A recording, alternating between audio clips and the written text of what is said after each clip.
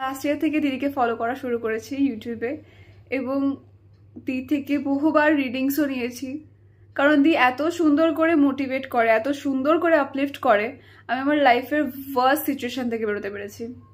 যদি দি না গাইড করতো আমি জানি না কিভাবে কি হতো। So I am really grateful to her. Thank you, thanks a lot দি।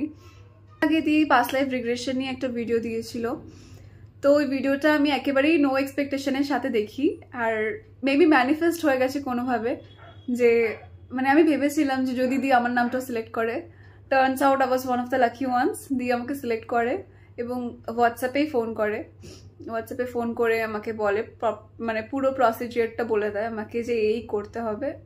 আর কালকে রাত্রিবেলা আমার সেশন হয়, এবং এই সেশনটা হওয়ার পরে আমি প্রচণ্ড রিল্যাক্স ফিল করছি।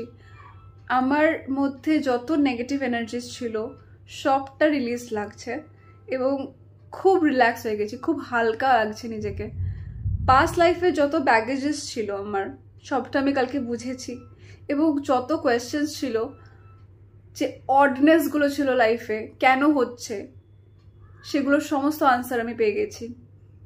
So thank you universe, thank you দি এই অপরচুনিটিটা আমার দেওয়ার জন্য। আমি ডিভাইনের কাছে অত্যন্ত কৃতজ্ঞ, অত্যন্ত গ্রেটফুল যে আমি এতগুলো মানুষের মধ্যে অফারটা পেয়েছি। আমি খুবই lucky. Thank you so much, thank you দি, থ্যাংক ইউ, এইভাবে আমার পাশে থেকো। Thank you so much.